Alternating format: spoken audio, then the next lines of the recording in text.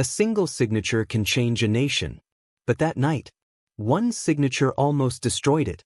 What if the person who saves a country is someone no one ever looks at? And what if the people you trust most are the ones setting the trap? Before we go deeper, pause for a second. What time are you listening right now, and where are you watching from? Drop it in the comments. And if stories of truth, courage, and leadership matter to you, subscribe and join the Ibrahim Traoré family. It was past midnight in Ouagadougou. The presidential building had gone quiet. No advisors, no phones ringing, no footsteps of power echoing through the halls. Only silence. Inside his office, President Ibrahim Traoré sat alone. Stacks of documents covered his desk like a battlefield of paper. Budgets, security briefings, emergency proposals. Each page demanded a decision. Each decision carried consequences for millions. His eyes were tired, but focused. In front of him lay a single file, stamped in red. Land reform proposal. It had waited for his signature for 3 days. 3 days of pressure. 3 days of reminders. 3 days of trusted advisors saying the same thing. This will help the people. Ibrahim reached for the document. At that exact moment, the sound of footsteps echoed softly in the hallway. The door opened.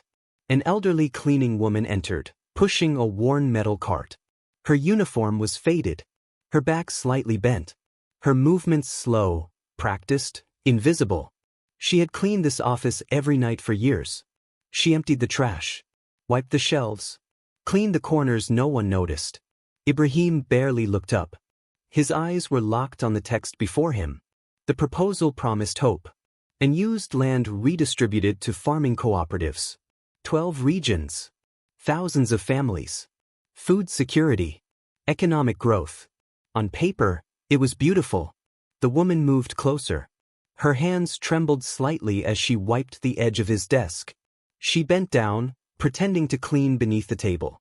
Then, without lifting her head, she whispered, "Do not sign this." The room froze. Ibrahim looked up sharply. The woman straightened slowly. Her hands were shaking now. But her eyes were clear, focused, urgent. Not the eyes of confusion. The eyes of someone who knew. She said nothing more. No explanation. No apology. She turned, pushed her cart toward the door, and disappeared into the hallway. The door closed softly. Silence returned. But the air had changed. Ibrahim stared at the document again. Moments ago, it had felt routine. Now, it felt dangerous. A chill crawled up his spine. The next morning, Ibrahim called in his chief legal advisor. A man with 15 years in government. A man he trusted. He slid the document across the desk. "Explain every clause," Ibrahim said calmly. The advisor spoke with confidence. Smooth words. Clear charts. Reassuring numbers. Unused land. Struggling farmers. Legal precedent. Everything sounded right. But Ibrahim noticed something else. The advisor moved too quickly through certain sections. Skipped details. Glossed over footnotes. Ibrahim asked questions. Which regions? Why these parcels? Who oversees implementation? Each answer was reasonable. Each answer felt incomplete. He said nothing about the warning. After the advisor left, Ibrahim spent 2 hours reading every line. Dense legal language. References stacked upon references. On the surface, it helped the poor. Underneath, he couldn't shake the whisper. "Do not sign this." That afternoon, Ibrahim made a decision few leaders would dare. Quietly, without telling anyone, he ordered a background investigation. Not through the legal office. Not through public channels. He summoned his most trusted security officer. "Check the land parcels," Ibrahim said. "Tell no one." The officer nodded. No questions. No hesitation. 2 days passed. Nothing. Doubt crept in. Was the warning a misunderstanding? A frightened worker repeating something she overheard? Then, before dawn on the 3rd morning, the phone rang. The security officer's voice was tight. "Urgent. We can't meet at the palace." An hour later, Ibrahim stood inside a government warehouse. Cold concrete, dust in the air, rows of old filing cabinets stretching into shadow. Maps were spread across a table. Land records, ownership files, geological surveys. The officer pointed. Every parcel listed in the reform proposal sat directly above newly confirmed mineral deposits. Manganese. Rare earth elements. The surveys were completed 6 months ago. Never made public. Someone knew exactly where to look. Ibrahim felt his chest tighten. Then came the final blow. The farming cooperatives didn't exist. They were paper entities. All registered within the last 90 days. All represented by the same law firm. The trap was perfect. Once signed, the land would legally transfer. Then quietly be sold to foreign mining companies. Billions gone. National wealth stolen. And Ibrahim's signature would have made it all legal. The officer looked at him. But that's not all, he said. Ibrahim said nothing.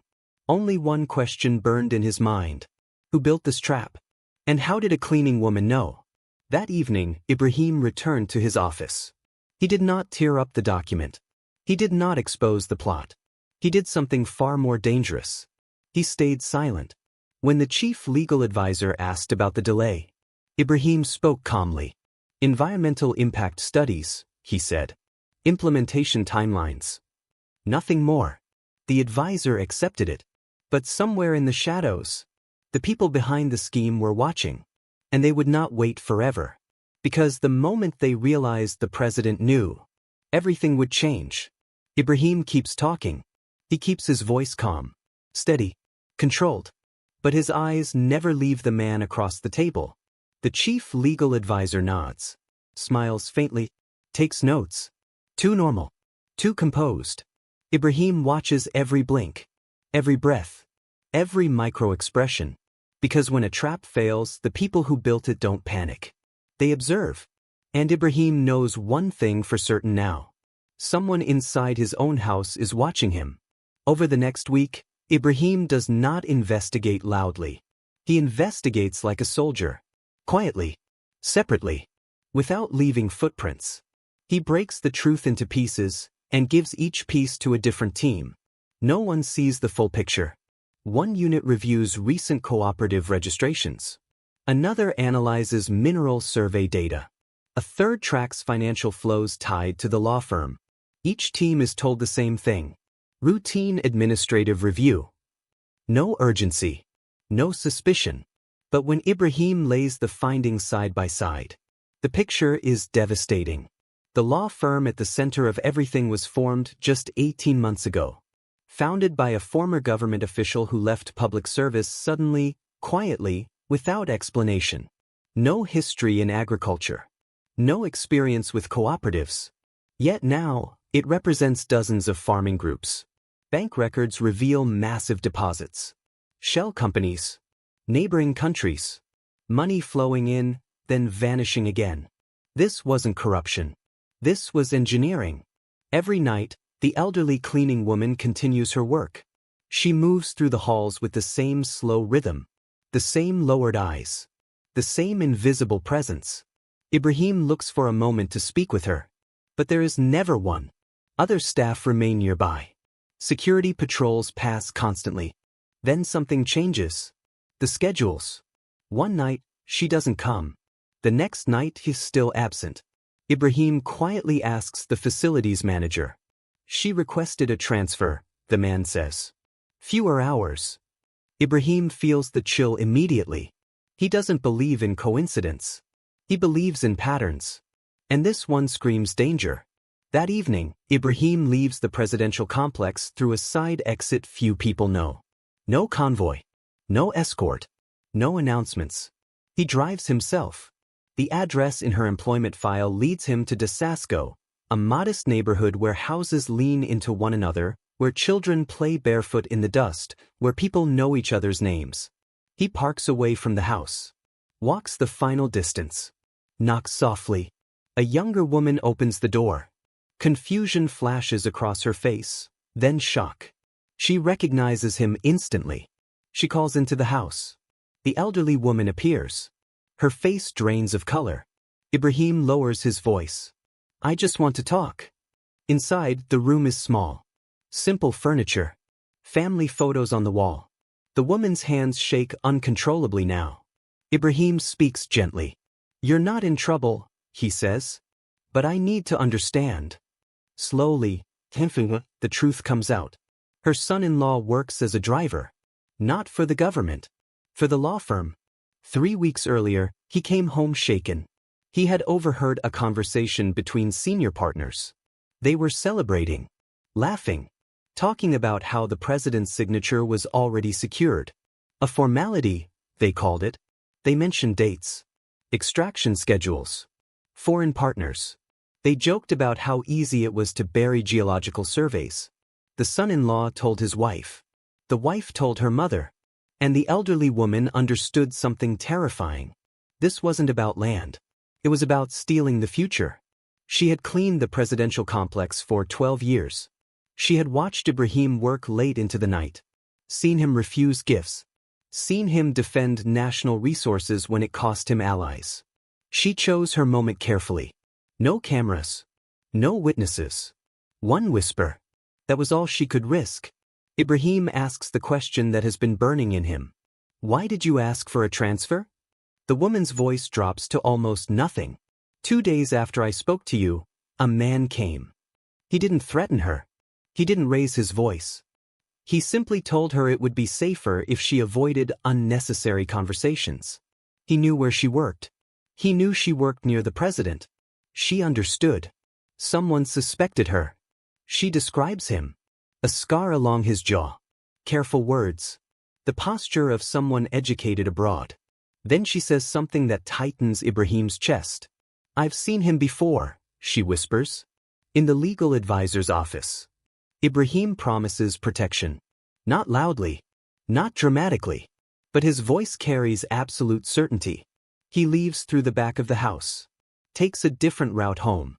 And for the first time since becoming president, he understands something clearly. The enemy is inside the walls. The next morning, Ibrahim calls a full senior staff meeting. No accusations.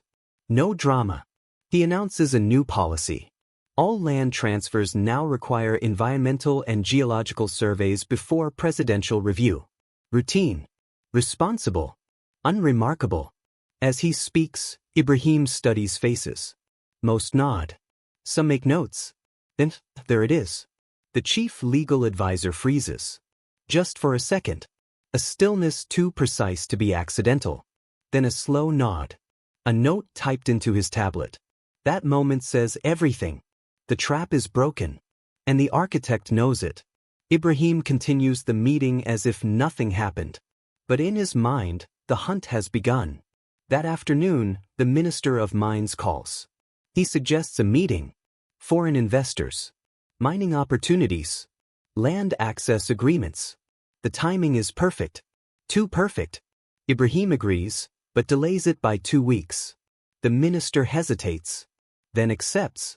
When the call ends, Ibrahim adds another name to the list. The network is expanding. Into agencies. Into parliament. Possibly deeper. Over the next 5 days, Ibrahim disappears. Officially, he's conducting national security reviews. In reality, he's working from a small military facility outside Ouagadougou. Only 2 people know his location. Both men he trusted long before power ever found him. Together, they compile evidence. Piece by piece. The truth that emerges is staggering. Fake cooperatives linked to shell companies in 3 countries. Those shells trace back to mining corporations and wealthy individuals. 2 members of parliament. A former cabinet minister. And then the final revelation. The Minister of Mines. Payments. Hundreds of thousands in foreign currency. Flowing through the same shell companies. Disguised as consulting fees. He wasn't just involved. He helped design the theft. Using his office to identify deposits. Target lands. Coordinate timing. This wasn't corruption. This was a coordinated extraction of a nation. Ibrahim leans back in silence. Because now he knows the truth. And the truth is dangerous. By the 7th day, the truth is no longer hiding. Ibrahim's financial investigators follow the money across borders. through shell companies, false development funds, and legal smokescreens designed to confuse anyone who looks too closely. But Ibrahim looks closer. The trail leads to a consortium of foreign mining corporations, companies with a familiar history.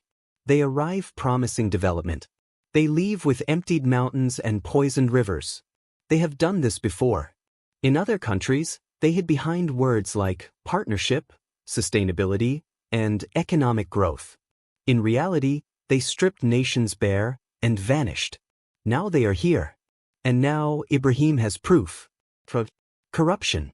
Conspiracy to steal state assets. Enough evidence to destroy careers. Enough evidence to expose a network. But also enough to get him killed. The problem is power. Several conspirators sit behind legal immunity, protected by parliament, position, and political alliances. Arresting them quietly is impossible. Confronting them directly would ignite resistance, maybe violence. So Ibrahim chooses a third path. A path so bright that no shadow can survive it. He decides to expose everything in the open. On the sixth day, Ibrahim returns to his regular office. No guards increased. No visible tension. He moves as if nothing has changed. The chief legal advisor greets him with a warm smile. "Have you reconsidered the land reform proposal?" he asks casually. Ibrahim nods. "I'm still reviewing the environmental requirements," he says. "But a decision is coming." The advisor relaxes. The mask stays on. That night, Ibrahim makes phone calls. Not to generals. Not to judges. To journalists. Civil society leaders. Regional governors. He tells them only one thing. There will be a special public assembly in 3 days.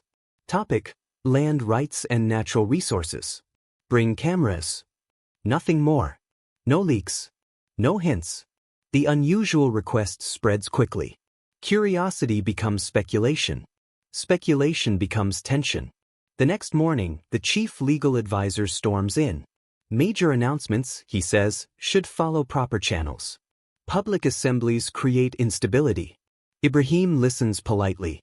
"This is just dialogue," he replies calmly. The advisor leaves unsettled. Within hours, surveillance confirms it. Encrypted calls. Multiple contacts. Panic beneath professionalism. The conspirators feel the shift. They don't know what Ibrahim knows. Only that time is no longer on their side. 2 days before the assembly, 4 parliamentary leaders arrive together. That alone is a warning. They speak carefully. About authority. About process. About foreign investment. Then Ibrahim asks one simple question. Why would a humanitarian land reform threaten foreign investors? Silence. A glance exchanged too quickly. They leave without answers. But their visit confirms it. The rot runs deep. That evening, the Minister of Mines abandons subtlety. He arrives without appointment. Demands entry. Paces like a man watching his world collapse. When he finally enters Ibrahim's office, the door closes. But the threat doesn't stay quiet. Powerful people are unhappy, the minister warns. Some matters should be handled privately. Then the line that changes everything. Presidencies can be short. It isn't advice. It's a threat. Ibrahim meets his eyes. As short as stolen nations? He asks. The minister falters. Rage flashes. Fear leaks through. He leaves knowing the end is near. That night, Ibrahim does not sleep. He reviews everything. Every document. Every payment. Every betrayal. His 2 trusted military officers stand guard. Outside, the city shifts uneasily. Cars circle the complex. False police calls erupt and vanish. Pressure builds, slow, deliberate. At dawn, the director of national intelligence calls. A protest is planned, he says. The assembly should be cancelled. Ibrahim asks for the source. The director hesitates. Unofficial channels. Ibrahim thanks him. And refuses. When Ibrahim arrives at the public square in Ouagadougou, the sun is barely up. Yet thousands are already there. Farmers. Students. Workers. Journalists set up cameras. Governors take their seats. The crowd keeps growing. At the edge of the square, Government officials gather, watching. The chief legal advisor stands among them. Silent. Unblinking. Intimidation without words. Then engines roar. A convoy arrives. The Minister of Mines steps out, surrounded by security. 2 members of parliament follow. They walk straight toward the stage. Not to speak. To dominate. To remind everyone who holds power. The crowd murmurs. Cameras swing. This is no longer private. The minister stops at the stage and demands Ibrahim's attention. Loud enough to be heard. Close enough to be recorded. This assembly is a mistake, he says. You will lose everything. He offers one final chance. Cancel now. Walk away. Ibrahim steps down from the stage. Meets him face to face. No fear. No retreat. The people deserve the truth, Ibrahim says, clearly, calmly. Then he turns and walks back to the stage. The minister freezes. Because the threat is now public. And public threats cannot be erased. Security blocks the parliament members. They shout about authority. About procedure. The crowd listens and begins to question. Why are they so desperate? But Ibrahim reaches the center of the stage. He scans the crowd. He sees farmers hoping for land. Citizens hoping for fairness. And near the back, the elderly cleaning woman.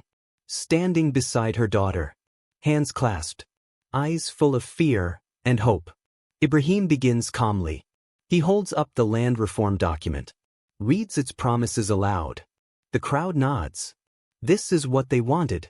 Then his voice changes. Not louder. Sharper. Before signing any document affecting our land, he says, I ordered routine checks. The crowd leans in. The conspirators stiffen. Because now, the truth is about to be spoken. And once spoken, nothing can stop it. What those checks revealed. Ibrahim pauses. The square is silent. Not the quiet of boredom. The quiet of thousands of people holding their breath. Large screens flicker to life behind him. Maps appear. At first, they look ordinary. Farmland, boundaries, regions. These, Ibrahim says calmly, are the parcels targeted by the land reform proposal. Then the images change. New layers appear. Color spreads across the maps like fire. Gold veins. Manganese belts. Rare earth deposits. Gasps ripple through the crowd. This information was never public. This land, Ibrahim continues, was never unused. It was chosen. He moves slowly, deliberately. One slide at a time. He shows the cooperatives, names that sounded rural, honest, harmless. Then registration dates. All clustered within the same narrow window. He shows the documents. Same formatting. Same notary. Same law firm. Murmurs turn into anger. Next slide. Shell companies. Foreign addresses. Money flowing in circles. Then Ibrahim does what the conspirators never imagined. He raises his hand. The screen changes. Bank records. Account numbers. Transfer dates. Amounts. Lines connect the shell companies to government officials. The square erupts. The Minister of Mines turns and tries to leave. He doesn't get far. Military police step into his path. The chief legal advisor's face drains of color. He backs away instinctively, like a man realizing the ground beneath him has vanished. 2 members of parliament begin shouting. Illegal! No due process. But their voices are swallowed by the roar of the crowd. This is no longer politics. This is betrayal made visible. Ibrahim raises his hand again. Silence returns, slowly. This conspiracy, he says, was designed to look compassionate. Land reform. Farmers. But underneath, he continues, it was theft. He explains it step by step. How the land reform masked resource extraction. How his signature would have made it legal. How pressure was applied to rush approval. Then he stops. And the tone changes. There is one reason, he says. This did not succeed. The crowd leans forward. An elderly woman. He does not name her. He does not point. She had no power. No title. No protection. But she had conscience. She risked her safety, her family, everything, to whisper a warning. The square explodes. Not applause. Not cheers. Rage. People shout for justice. For arrests. For investigations. Journalists run. Cameras broadcast live. This is no longer a speech. It is history unfolding. Ibrahim waits. Then speaks again. Anger is justified, he says. But justice must be stronger than anger. He announces that all evidence has already been handed to an independent prosecutor. Arrests will follow, he promises, based on law, not revenge. At that moment, the Minister of Mines is taken into custody. The chief legal advisor tries to flee. He is stopped at the edge of the square. The two members of parliament protest loudly, until other parliamentarians stand and publicly denounce them. Immunity collapses under the weight of truth. The crowd watches as powerful men are led away. Not secretly, not quietly, but in full daylight. Ibrahim does not smile. He feels no triumph, only exhaustion and sadness, because betrayal this deep means the system was wounded. But then he looks at the crowd and understands something else. The system also worked. Not the paperwork, not the offices, the people. In the days that follow, the conspiracy unravels completely. More arrests, raids, seized records. Foreign companies face sanctions. Parliament passes stronger oversight laws. Transparency becomes unavoidable. Investigators uncover other schemes: mining, infrastructure, foreign aid. Millions stolen over years. Recovered. The wave does not stop. Ibrahim ensures she and her family are protected. Her son-in-law receives a new role in oversight. They try to return to normal life. But courage has a cost. 2 weeks later, their home is vandalized. Threats painted on the walls. Retaliation. Ibrahim personally orders round-the-clock security. He visits them himself. "I'm sorry," he begins. She stops him. "I would do it again," she says. Because silence helps the wrong people. Something changes across Burkina Faso. Letters arrive. A farmer says, "We are watching now." A teacher reports suspicious contracts. A nurse questions missing supplies. A shopkeeper challenges unfair taxes. One whisper has awakened a nation. Ibrahim signs a new land reform. Transparent, honest, imperfect, but real. Mineral lands remain state property. Communities gain veto power. Contracts are published publicly. Revenue flows into a sovereign fund. Not stolen. Late one night, Ibrahim sits alone in his office. The same office. The same desk. The unsigned document rests in a drawer.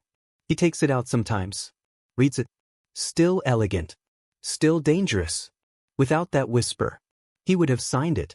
A nation would have been robbed, legally. He understands something now more clearly than ever. Leadership is not about knowing everything. It's about creating a country where people are not afraid to speak.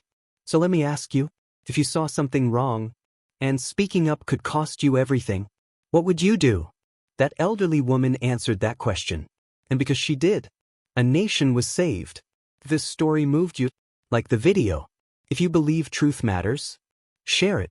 And if you want more stories about courage, leadership, and justice, subscribe. Because sometimes, history changes with nothing more than a whisper.